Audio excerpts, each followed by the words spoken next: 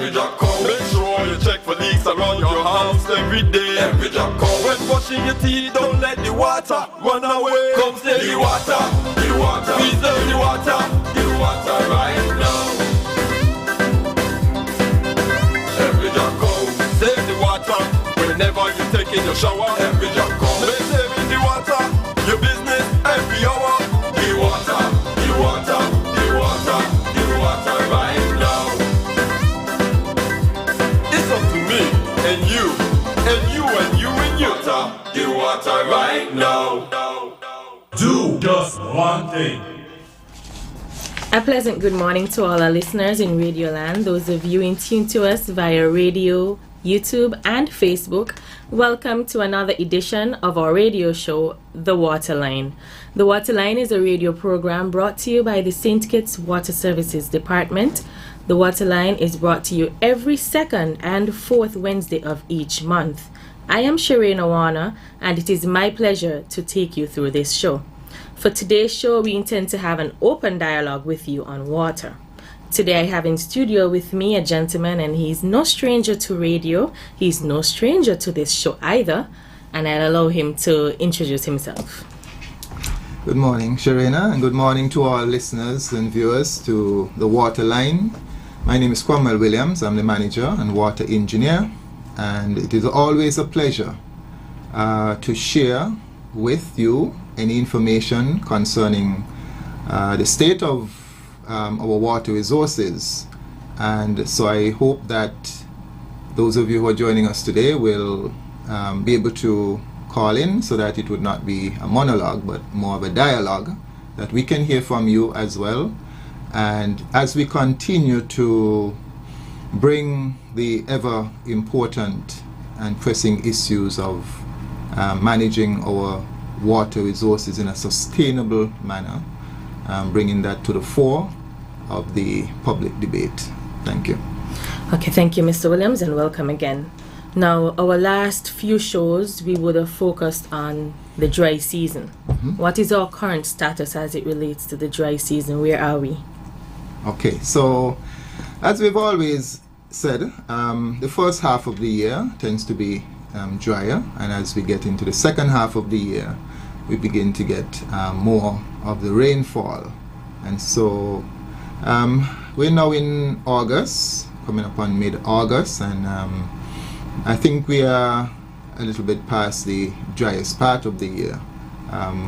I honestly tried to get some updated information on the rainfall, which I was not able to get, but from my own observations, we have begun to get a bit more rain, and so we will expect that, you know, in the coming months we will see some improvement in terms of the flows from the water sources, and as a result we should be able to see some improvement in terms of the reliability of the supply. I don't anticipate that we will necessarily completely avoid rationing, that is having to close down the system at evenings, because this is due to a bigger picture in terms of not having enough water generally. But the period hopefully will be much shorter when we have to interrupt the supply because we don't have enough water. Well, funny enough that you ventured into saying that it doesn't necessarily mean that rationing is totally over, because I was just about to ask you if this means that we can expect any improvement for those areas that were particularly troubled. Well, speaking of that, looking forward, are there any plans in terms of whatever solutions are being put in place to mitigate our water challenges? I know persons would say from time to time when we come, every dry season, y'all say the same thing. Right. So what plans, what solutions are being brought to the table to mitigate against the challenges of the dry season, and at large, the bigger issue that we're facing with water in St. Kitts?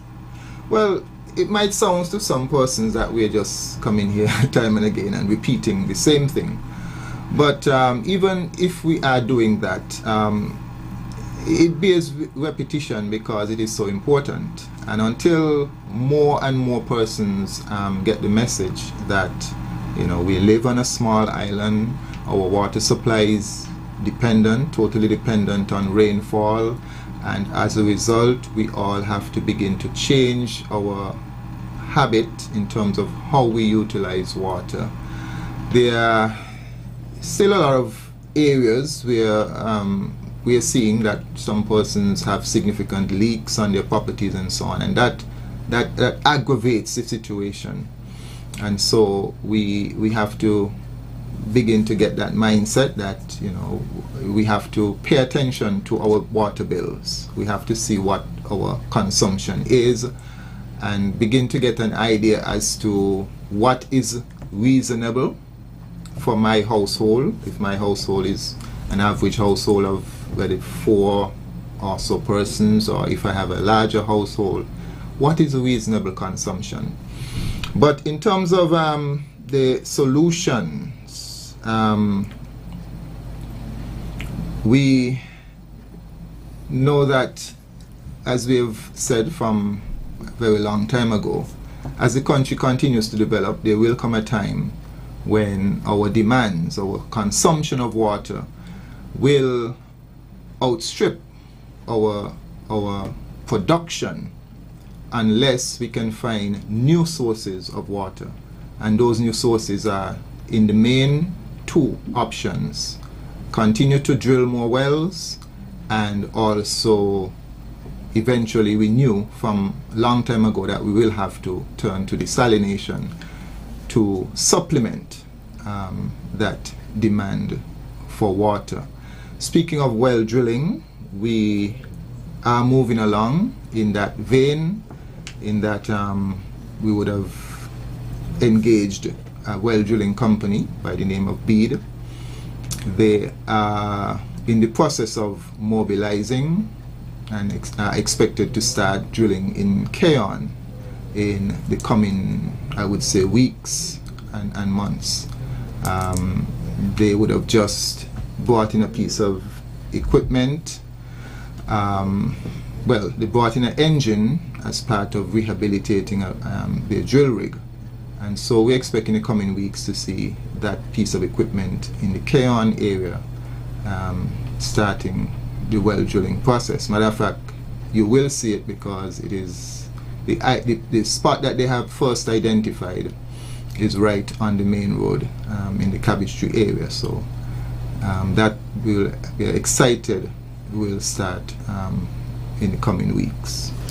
And from your experience, Mr. Williams, how long typically does it take from beginning to end when we can actually see the well functioning? How long will it take? That's a very good question. Of course, a typical well will in that area will be several hundred feet deep, probably about 3 or more 100 feet deep, and that process of drilling that well should take a couple of months. And if it is successful, because we have to realize that well drilling is a high risk process, because it is difficult to determine exactly what you're going to find when you drill 300 feet or more down into the ground. But we are assuming, based on our preliminary studies, that we will be successful, and once we are successful, we then have to develop that well. We have to bring electricity to the site, and so on and so forth, and the whole process could take, I would say, anywhere from about 6 months, on average about 6 months from the time you start drilling to the time you're expected to get water from that well. Okay, so beyond well drilling, any other solutions? Well, as I indicated, we now have to embrace desalination. As I've said, it is nothing new or novel. It is something that we would have anticipated decades ago. There will come a time when we would have to turn to desalination. Matter of fact, we had to turn to desalination in around 2004 when the Marriott was built and we developed the golf course, and we were not able, the water department was not able to supply the quantities of water that they needed at the time, and so they had to, as a result, put in their own desalination plant. So that's over 20 years, that's almost 20 years now, about 18 years now, we've had a desalination plant servicing the Marriott. Park Hyatt would have built one a couple years ago when they did their development. So desalination to St. Kitts Nevis and to the wider Caribbean and the world is nothing new. Okay. All we've been saying in St. Kitts is that let us try and delay it as long as possible, because it is much more expensive than the regular sources from the wells and the springs. So therefore, we are at that point in our development. If you look around St. Kitts, you know, it's amazing. St. Kitts is developing so fast that, you know, we have no choice now in terms of if we're going to provide a 24-hour service, water service to our population. There is no if and maybe that we have to now begin to add desalinated water into our system. Okay, Mr. Williams, let's see if we have any callers on the line, and then we'll go back to our conversation. Are there any callers on the line? Well, we don't seem to have any calls at the time. So, Mr. Williams, let's go back to desal. You spoke to the progress that is being made with the well drilling. Any progress with the desal? Where are we? Well, there's one small desalination plant that we're expected to see coming online pretty soon. We have been having some, it actually is a donation from the United Arab Emirates to the government of St. Kitts and Nevis. And this is one that has been, we've been negotiating for some time now. And so that is expected to come online soon. But in terms of the larger source that is required for Bastia, then that is still in the early stages of planning. Okay, well, we seem to have a caller on the line, so we'll hear from this caller. Caller, good morning. Welcome to the water line. I have a concern. Sometime, right, person may see leak and they make the contact to the department, and like days after, it's not fixed. How long when something is reported, it is repaired? And follow up to that, I know there's a lot of sources, water sources in the country, right? Do people, workers trek to see if the source itself leaking?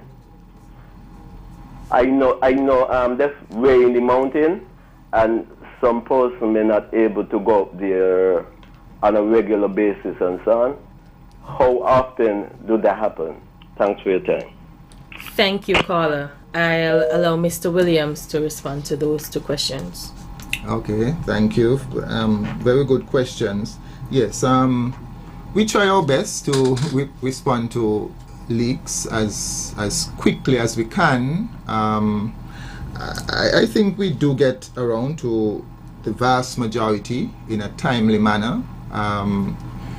We do have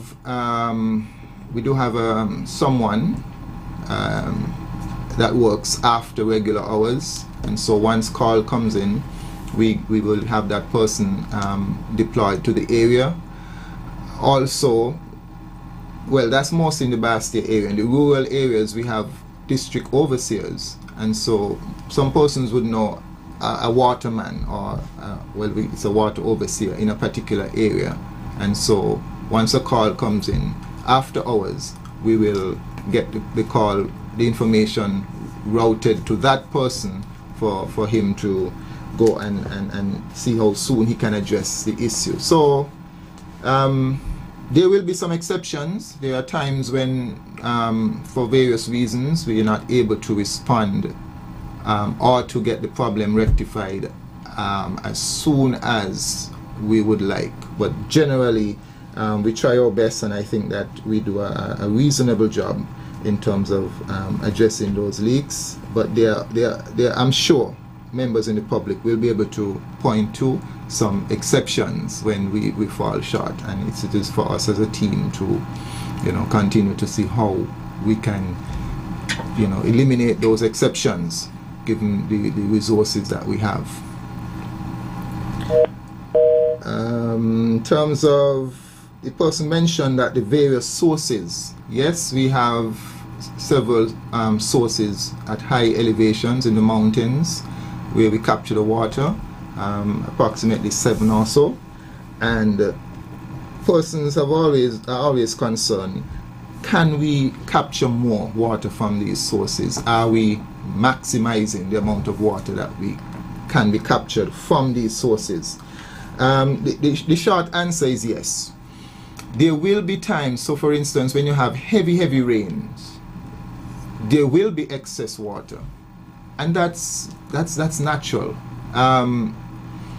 You have to look at what happens not on those 10 days in the year when the sources are overflowing, but you have to look at the other 350 days when all of that water is being captured. Matter of fact, recently my colleagues from the Department of Environment would have visited one of those sources, I think the Wingfield, the largest one, and they were alarmed because they came back and they were like, but you guys are taking all of the water. No water is being allowed to pass our intake to replenish, as it were, the vegetation downstream of the source and so on. And so they were concerned from an environmental standpoint that we were capturing all of the water from the river, from the source. So you have to look at it from various standpoints. So we have to strike a delicate balance.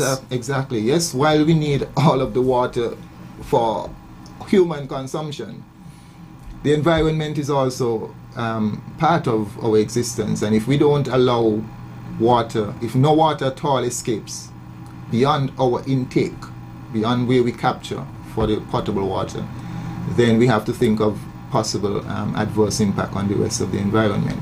But generally speaking, you can be assured that we do capture the vast majority of the water that is possible at those surface intakes in the hills. Okay, so let's try again and see if we have any callers on the line. We don't seem to have any callers at this time. So, Mr. Williams, I'll go back to our earlier mention that you made. You referred to leaks. How has our ongoing quest, the department's ongoing quest to detect leaks, been going? And have you so far been able to prove that it accounts for a significant portion of the department's loss?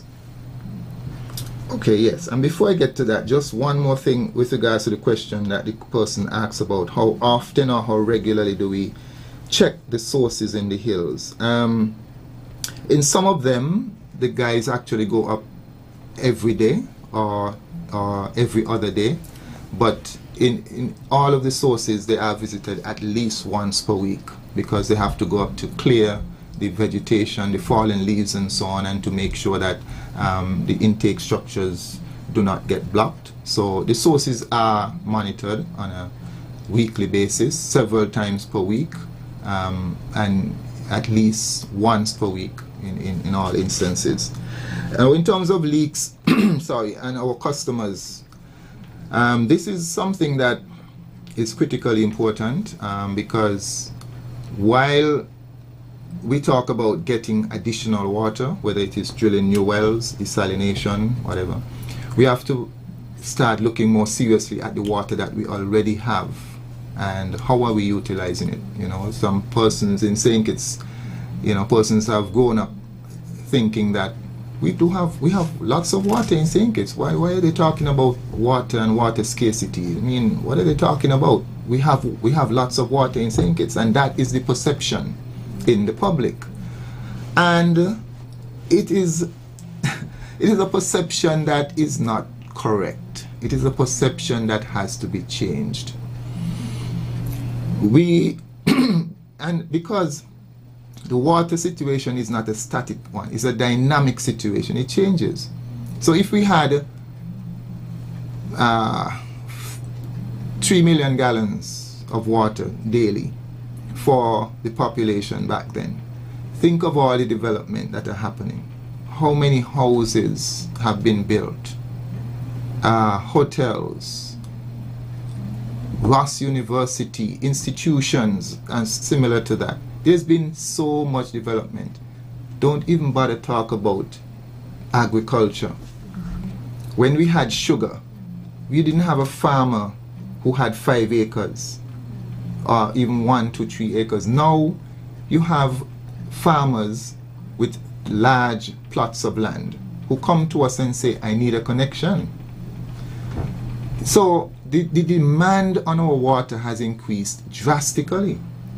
And that is why we are saying simply, it's as easy as maths. It's input and output.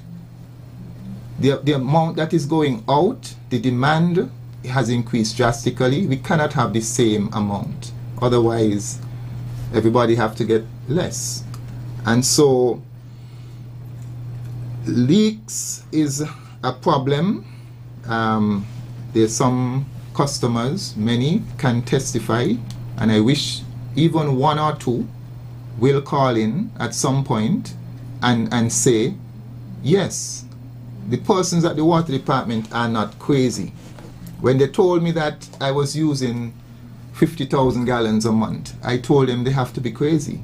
But then, eventually, I checked properly and I did find that leak and it was fixed, and now I'm using 1/10, 1/20th of the water that they said I was using. Because it is easy for persons to say, obviously your meter is not working, I can't be using so much water. People say, you think I'm the hospital or something. But the reality is that there are significant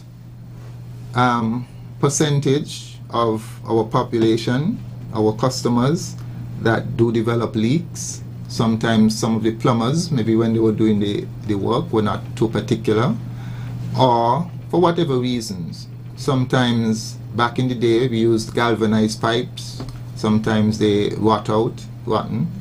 And so you'd find when our meter readers do go and check, you would find that the meter shows that somebody is using 100,000 gallons of water per month, which is 10 and 20 and so times more than what they should be using. That water is going to waste, and it is a significant drag on the system, because it means that if you're using 10 times what you are supposed to be using, if your household is using 10 times what it is supposed to be using, it means that you're robbing 10 other households of a reliable water supply. Okay, Mr. Williams, we seem to have a caller on the line. We'll hear from that caller and then we'll go back to our conversation. Caller, you're on the water line. Morning, Mr. Williams. Morning.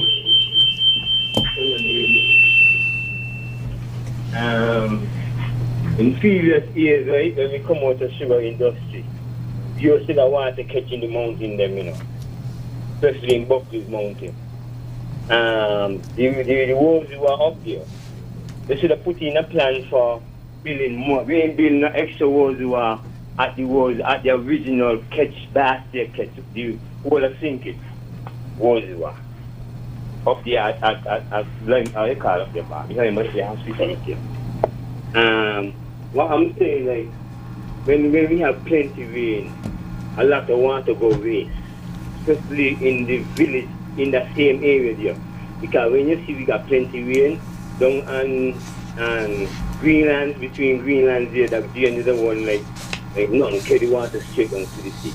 But we need to build more water catch in these areas here, especially and the western side, at this over here by Buckley's going that way, West Farm.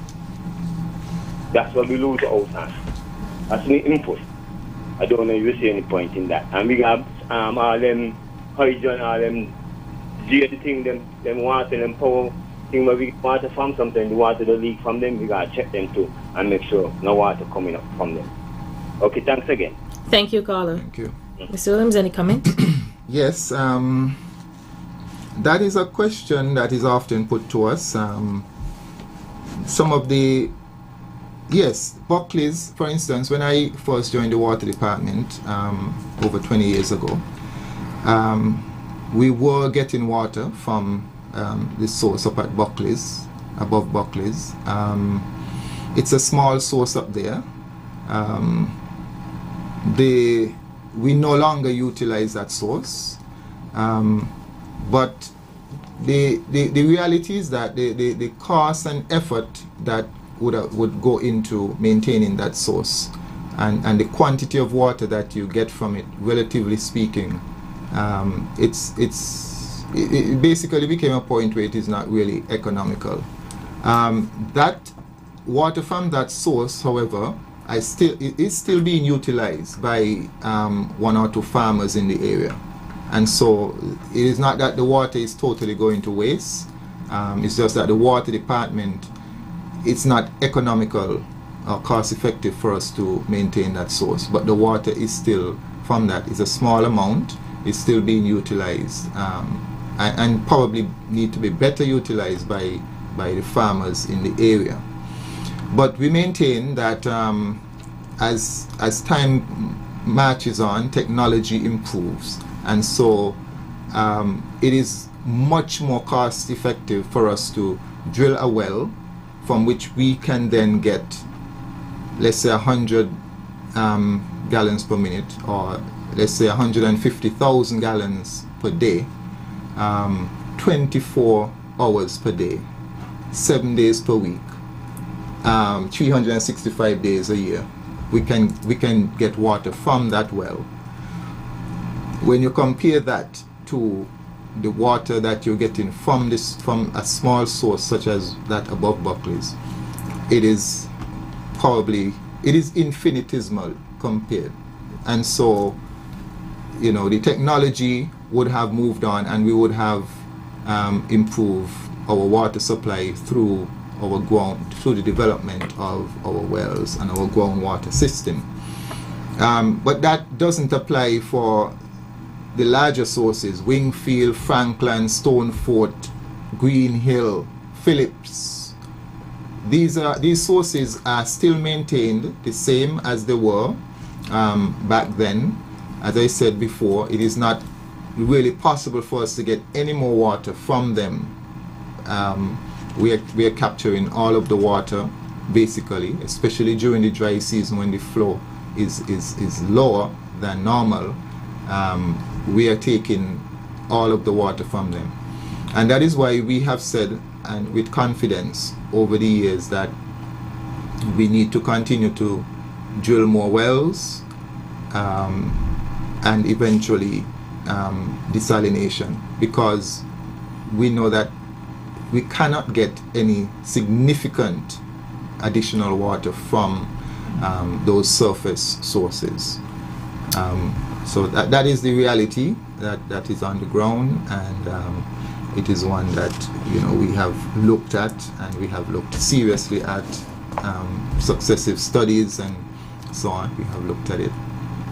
Okay, well, Mr. Williams, time has sped by. We are almost at the top of the hour, or we are at the top of the hour actually. So as we close, we leave a tip with you for today.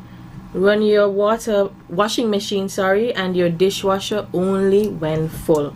Fresh, clean drinking water is yours to use whenever you need it, but not to waste. It is too valuable. Following our conservation tips can save you thousands of gallons of water, and save you money too. Be alert. If you see water being wasted in your home, tighten up. If you see it being wasted elsewhere, speak up. The Water Services Department takes this opportunity to thank its loyal customers over the years for their dedicated service and support. In an effort to improve the efficiency of our services, we are happy to introduce our new e-billing initiative to our customers. To benefit from the reduced waiting period for the receipt of your bills, we encourage customers to contact the Customer Service Division at 467 1005.